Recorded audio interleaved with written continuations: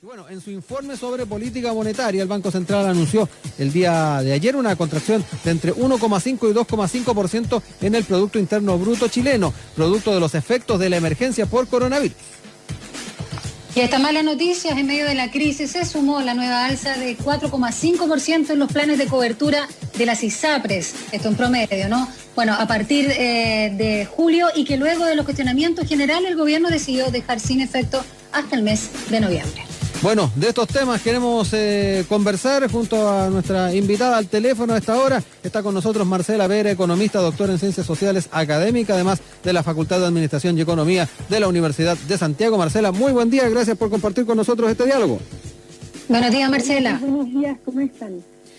Bien, Daniela, y Marcela, y con bastante interés de poder ir desarrollando estos temas que son obviamente de amplia preocupación en no solamente el gobierno, los economistas, sino que también todas las chilenas y chilenos. Primero que todo, ¿qué medidas podría adoptar el gobierno para ir frenando los efectos de una recesión que ya está declarada, pero que es incierta, que muchos creen podría ser peor? ¿De qué forma se pueden ir adoptando medidas dentro de lo posible? Bueno, primero hay que atacar, el origen de los problemas que vamos a tener a nivel económico. Y los orígenes están en torno a, por una parte, al empleo y su efecto sobre los ingresos de los hogares. Por otra parte, las cadenas logísticas y las cadenas productivas, es decir, que no hayan insumos para poder realizar cierto tipo de producciones. Y por otro lado, la caída del precio de las materias primas a nivel internacional, producto de la desaceleración económica que está viviendo el mundo, y por tanto el impacto que nosotros vamos a tener respecto de la caída de los ingresos del precio del cobre, por el precio del cobre. Entonces, ese tipo de aspectos hay algunos que el gobierno, puede influenciar directamente, y otros puede hacerlo con herramientas más bien indirectas. Entonces, lo primero, decir también que hay otra visión que hay que tener, que es la visión de el impacto que va a tener sobre los sectores más pobres y el impacto que va a tener sobre la clase media. Que no siempre se hace ese análisis, Marcela, ¿no? Hay medidas que también a nivel de los hogares hay que diferenciar. Que no siempre se hace ese análisis de cuál puede ser también la principal repercusión que puede tener en los sectores menos favorecidos, en este caso del país. Así es, y dentro de las medidas, uno analiza lo que hasta ahora se ha hecho, es que se ha hecho este bono de COVID, ¿cierto?, que está alrededor de los 50.000 pesos por carga. Esta ley de protección al empleo, que es básicamente que te permite seguir vinculado a la empresa en un 50%, con que el empleador te pague las cotizaciones y tú puedas cobrar el seguro de cesantía. Pero entonces ahí, si miramos esas dos medidas, vemos que son insuficientes para, por una parte, sostener la situación a la cual se va a ver enfrentada la población de menores recursos, y por otra parte, los sectores que en Chile no son pocos, son el 38% del empleo es empleo informal, y por tanto esta medida de protección al empleo no estaría cubriendo ese sector, que además está relacionado con los sectores, más vulnerables de la población. Entonces, yo diría que hasta ahora las medidas siguen siendo insuficientes. A mí me parece que el gobierno, en términos generales, debiese tener una visión mucho más perfilada, mucho más clara respecto de cuáles son las empresas estratégicas hoy día para poder abastecer a la población. Porque si a esa caída del ingreso tú, la mezclas con un alza en los precios, una tensión hacia la inflación, nosotros vamos a tener una situación de colapso del sistema que ya venía arrastrándose además desde el estallido social. Entonces, yo diría que el gobierno tiene que tener una mirada más amplia respecto de cómo garantizar realmente la producción y el abastecimiento de ciertas cadenas de producción. Ya vemos que llevamos tan poco tiempo desde que inició esta situación del coronavirus en Chile, y ya vemos que hay simplemente cadenas de abastecimiento que ya no tenemos como país.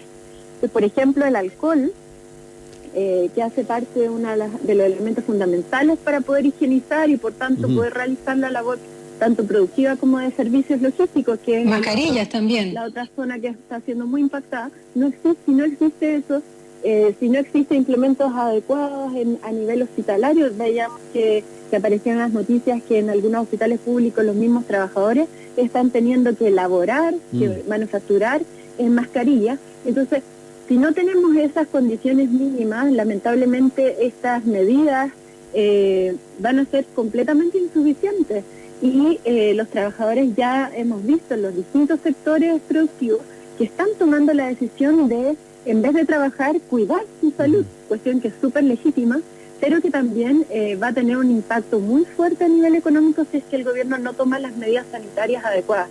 Me parece que en términos, por ejemplo, de fiscalización, incluso estamos viendo que hay fiscalizadores que están haciéndolo sin los implementos adecuados. Entonces, estamos en una situación en que nosotros todavía podemos prevenir, digamos, la crisis sanitaria que se va a presentar y el impacto sobre la producción y sobre las cadenas de abastecimiento y logística que vamos a tener. Entonces, el gobierno yo creo que debería extremar sus medidas en términos de generar recursos y capacidad industrial para poder generar abastecimiento sobre ciertas cosas. Hay muchas como contradicciones que uno va viendo respecto a las lecturas tradicionales que han hecho los economistas de la realidad y las actuales. Nosotros hemos hecho este análisis de este periodo hace un par de años ya, de cómo se iba a presentar una serie de factores que iban a generar esta crisis económica, y es lamentable cómo han tomado medidas tan tardías. Entonces, creo que la nacionalización es parte de lo que ya los mismos economistas, incluso de los sectores políticos de derecha, están planteando, porque hay muchas empresas que van a tender más bien a quebrar. Entonces, yo diría que ese perfil de Marcela, industrial, perdona que te interrumpa. Tiene que tenerlo más claro el gobierno. Marcela, ¿me oye? Sí, quiero reiterar que estamos conversando con la economista, doctora en Ciencias Sociales y académica de la FAE, que es la Facultad de Administración y Economía de la USACH, Marcela Vera. Respecto también a lo que nos dices y en relación a lo que también ha señalado el Banco Central, que nos estamos enfrentando a esta caída en el consumo, también en la demanda interna, posiblemente también por la misma crisis del empleo. ¿Qué medidas crees que se podría tomar para permitir una mayor liquidez en los hogares chilenos?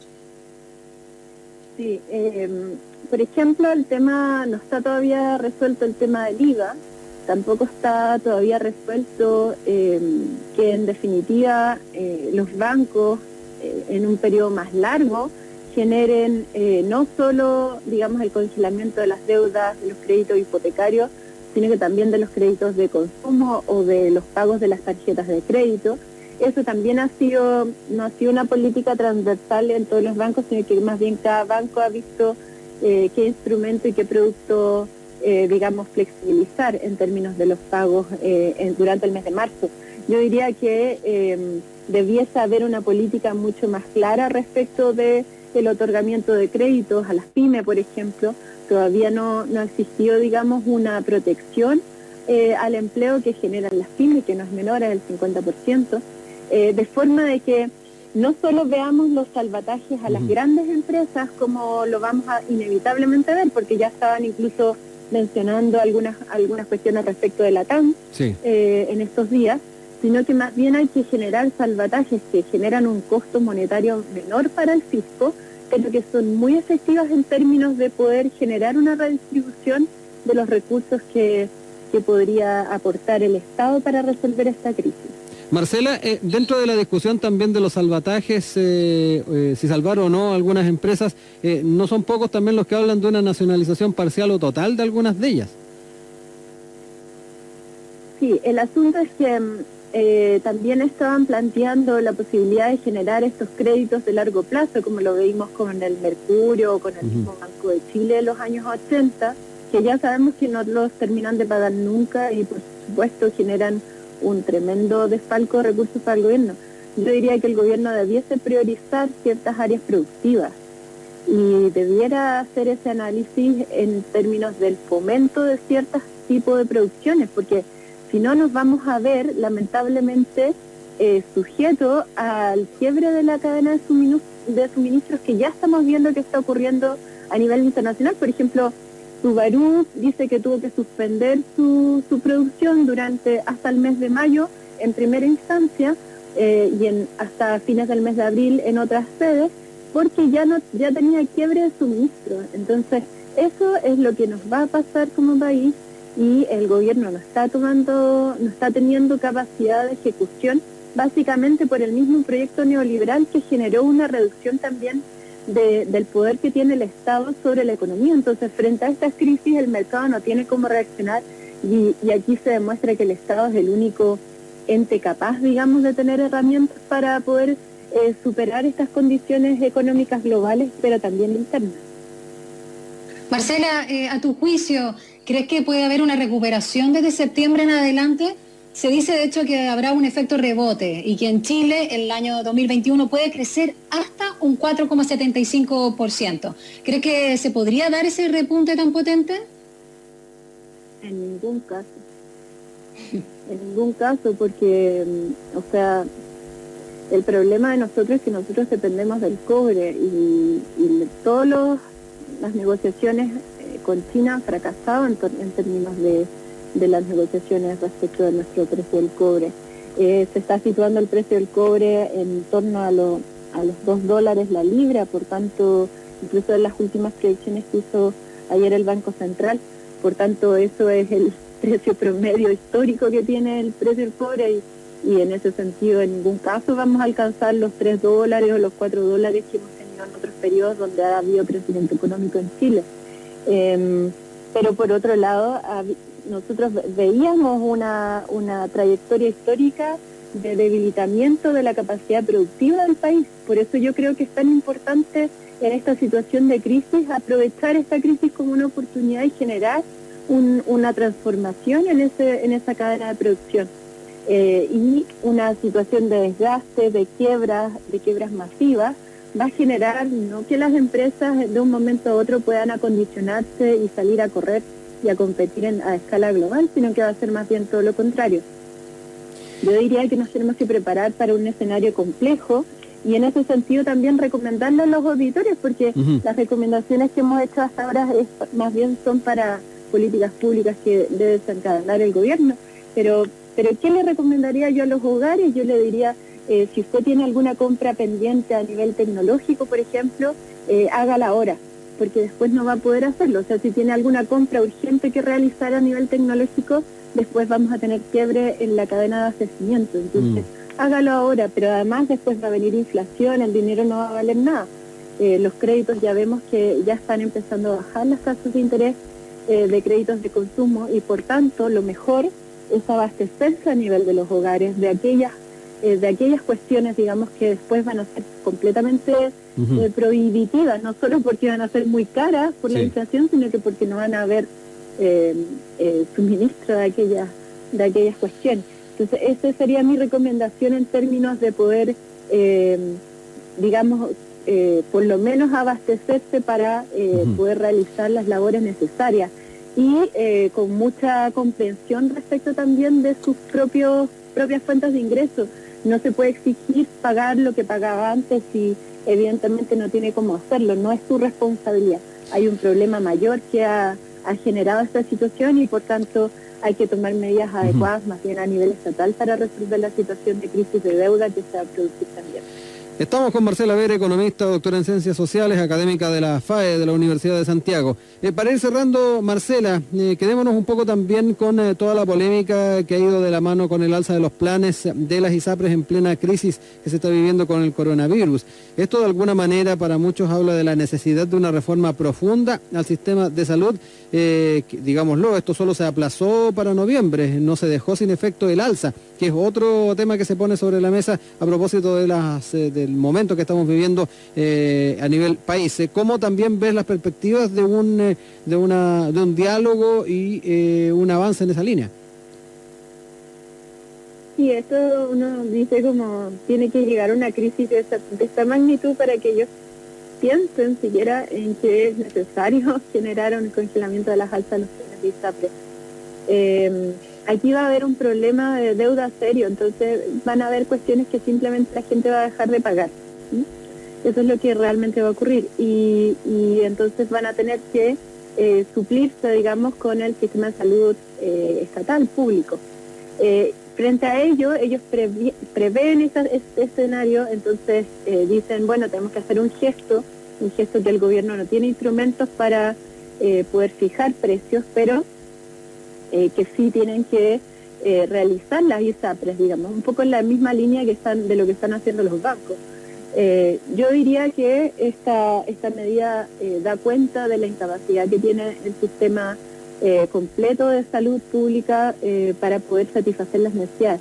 Si nosotros nos quedamos sin sistema de salud, pues muy malamente vamos a poder superar esta crisis sanitaria que todavía aquí, por fortuna, y yo diría gracias a la voluntad de la gente que ha sido, digamos, muy sensible a esta campaña de quédate en tu casa, precisamente ha evitado que colapse aún más el sistema en estos días, pero esto simplemente se está postergando. Entonces, Marcela, en concreto... Es una medida urgente de generar, pero también como es fundamental generar un sistema único de salud en donde por lo menos tengamos respiradores. Sí, Marcela, en particular esto puede entonces traer el recambio de la partida de mucha gente que está en ISAPRES a FONASA eventualmente en el escenario que nos estás planteando. Bueno, la propuesta del Colegio Médico y de varios sectores es que se genere un único sistema en donde, digamos, las cotizaciones obligatorias por salud se vayan a ese único sistema, de forma de que sea un sistema de calidad, en donde todos puedan, digamos, participar de ese sistema de salud, pero además generar seguros que puedan ser voluntarios, que puedan complementar un poco ese tipo de atenciones. Pero hoy no ocurre y eso podría también traer complicaciones para FONASA si es que llega una gran cantidad de usuarios. Claro, es que FONASA ahora mismo tiene como el 80% de los usuarios del sistema completo, entonces en términos reales, digamos, la gente de mayores ingresos ocupa muy poco el sistema de salud, no obstante, la desviación de recursos, en vez de ir hacia un fondo común, va hacia los privados, hacia el lucro de los privados.